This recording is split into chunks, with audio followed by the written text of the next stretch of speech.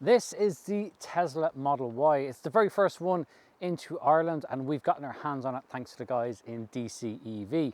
This is one of the more hotly anticipated electric SUVs to come to the market, mostly because of that badge on the bonnet. This is Tesla's SUV, carries on from the Model 3, which has already been hugely successful in the EV market, and now this adds an SUV flavour, a high-riding, more spacious interior. So let's have a look at some of the details.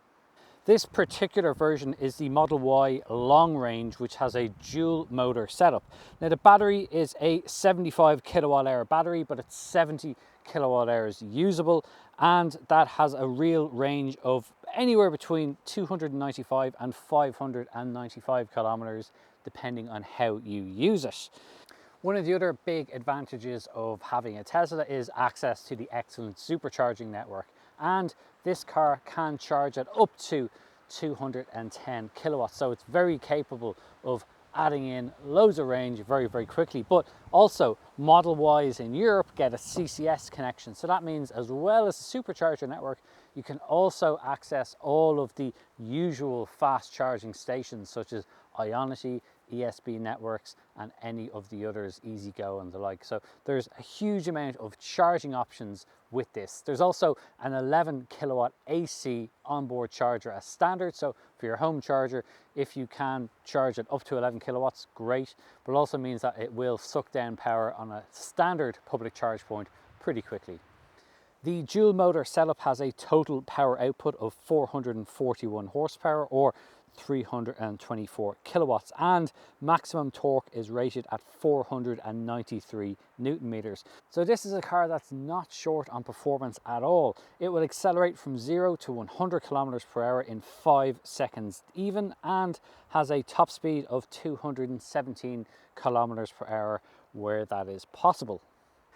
If you've already been in a Tesla Model 3, then the Model Y will seem very familiar. It's almost identical inside in terms of layout. But for anyone who hasn't been in a modern Tesla, this is quite a stark difference from almost every other competitor on the market. Tesla really does the minimalism thing extremely well. It takes it to the nth degree. There's effectively no physical controls in this car, and it's in a lot of ways very refreshing. Everything is controlled on this large tablet touchscreen display. It's really pin sharp, it looks great, it's very quick to react as well. So any input that you make on it, it pops up and changes instantly. It's like having a huge Apple iPad bolted onto your dashboard.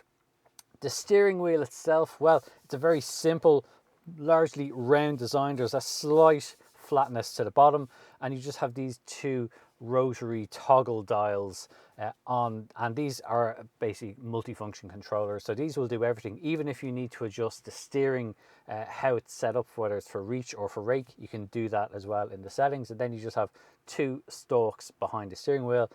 On the right hand side is for your engaging park, drive, reverse, and then on the left is your indicators and your wipers. There's also two large wireless charging pads here, so you can just rest your phone on it and it picks it up right away.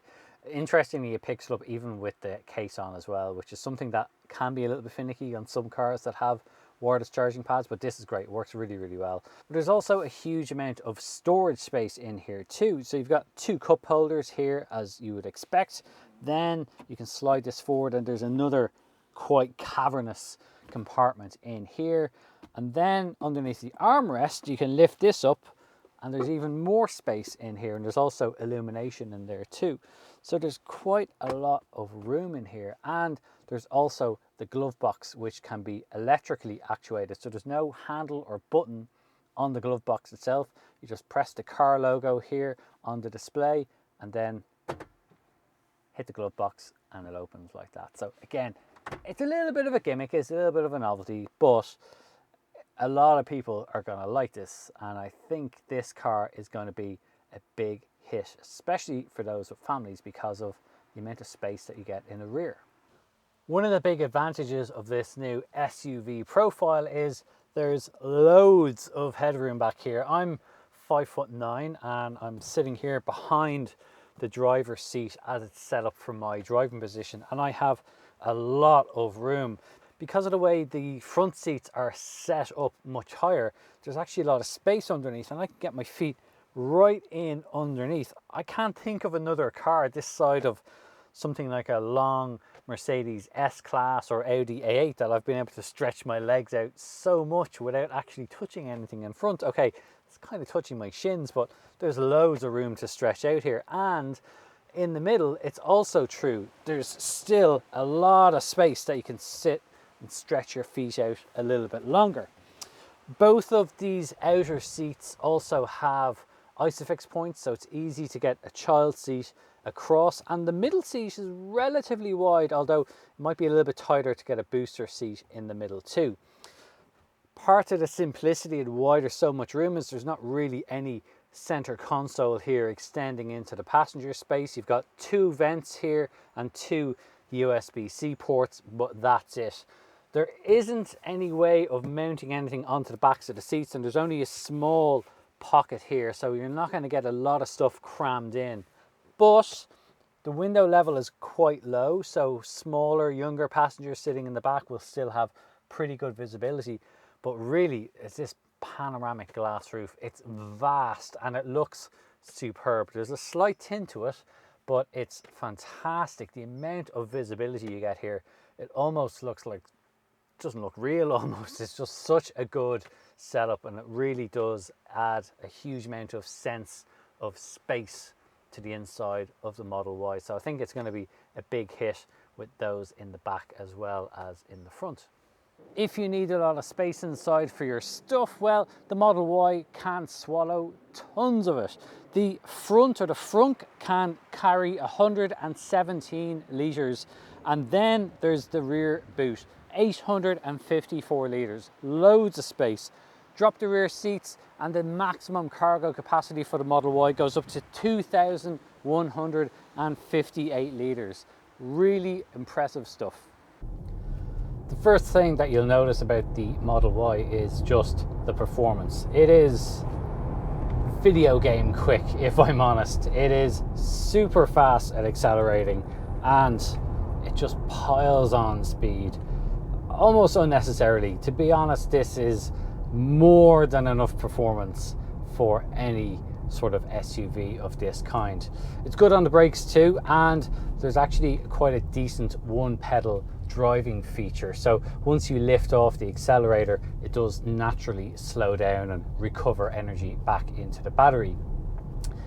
The other thing that really surprised me when I started driving it was the ride quality. It's much firmer than I expected from the Model Y. There's not a great deal of compliance there, and on really bumpy roads like we've experienced out in the country today, there's almost times where you get a sense of wheel hop almost happening. It just doesn't seem to be able to absorb everything, and the damping is just far too stiff for this car.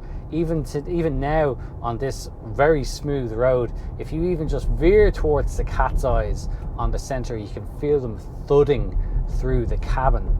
It is a very firm ride in that respect, and that's just one thing I would certainly recommend that you go and drive one of these before you buy, because that could be a deal breaker. It's definitely firm enough to put some people off, especially when there are far more softer riding and more compliant riding electric SUVs out there, such as the ID4, Skoda Enyaq, things like that.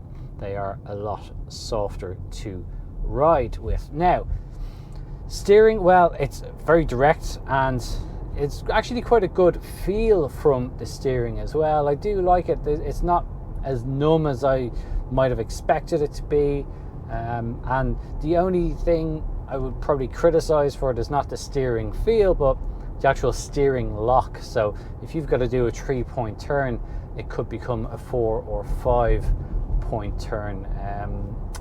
Just a little bit disappointing in that respect. Other than that, the rest of the cabin is quite nice. You do feel like you're sitting quite high up. This is a raised driving position, so it does feel very much like an SUV from the moment you sit into the car or sit up into the car, because these seats are sat up on rails. They're the same sort of seats as what you get in the Model 3, but they are just simply raised up on blocks on the floor of the car. So but ingress and egress is fine, and getting into the back is also not an issue. In terms of issues, the one thing a lot of readers wanted to know about was build quality. What is this like inside? Well, for the most part, it's pretty good, but today while I was driving the car, I did find that I had to stop and kind of adjust the rear passenger headrest because it was rattling so much. It became really quite obvious. So it did take one or two attempts just to figure out where that should be, and once it was fully down and sitting flush against the seat, it was okay. That aside, the overall performance, as I said, is huge, more than adequate. The driving range is so far seems to be pretty good. We need to do a much longer test to kind of see exactly how that is. People always ask us, well, yeah, what's the range like? The range is really going to depend massively on how you use it. Yes, you'll probably get close to 300 kilometers if you're purely pounding up and down the motorway, whereas if you're just driving around urban areas and you're rarely getting over 60 kilometers an hour and you're in a lot of stop-start traffic, well, you're probably could see almost a figure approaching double that. So it really does depend on your use case. The advantage that the Model Y has is that it can charge very, very quickly, up to 210 kilowatts. So if you do need to stop off on a motorway journey, it will drink down power pretty quickly. And the fact that you do have access to the supercharger network as well as all of the fast charging networks, because the Model Y in Europe, like the Model 3, has a CCS connection, that does give it a lot more scope, but it does make it a lot more usable, so you're not just restricted to one network of chargers. The driver assistance system, it works pretty well. It picks everything up well, road sign, traffic recognition. The touchpad is, I think it's a little bit distracting, but it's great to use if you're stopped and you're plugged in and you just want some entertainment. In terms of the driver assistance and what it's like on the motorway, it's always a big argument, you know, is this a self-driving car? It is not a self-driving car, so please do not get sucked into the marketing spiel in that respect. This is quite a good adaptive cruise control system. It does work very, very well as long as you are aware of that's what it is, and it does have its limitations in that respect. So nevertheless, overall, this is a reasonably impressive car. It definitely could be better. I do wish it had more of a softer or more compliant ride. I mean, I don't mind a relatively firm ride, but this just really feels at times a little bit harsh. Leaving aside the firm ride, this is quite an impressive electric family SUV. Some will either love or hate the super minimalist interior design. I'm personally a fan of it, and I've been pleasantly surprised at how this particular car is finished. Quality seems pretty decent inside, but not quite super premium quality. That said, this is a car that excels when it comes to range. It's certainly no issue with performance. If anything, it doesn't really need to have as much power as it does. That aside, this is going to be, I think, a really big seller in Ireland when they start to trickle in. This is obviously the first one we've been able to get our hands on, thanks to the guys in DCEV. And I think this car is going to start turning a lot of heads. It picks up where the Model 3 left off. It offers that kind of crisp, modern design, but now has heaps more space inside. That's got to be a bonus for families. I've been Dave Humphreys. This has been our first drive review of the Tesla Model Y long range all-wheel drive model. And if you don't already subscribe to the Complete Car channel, please do consider doing so. We'd also love to know what you think about this car, so do get involved in the comments below and tell us what you think. Thanks for watching.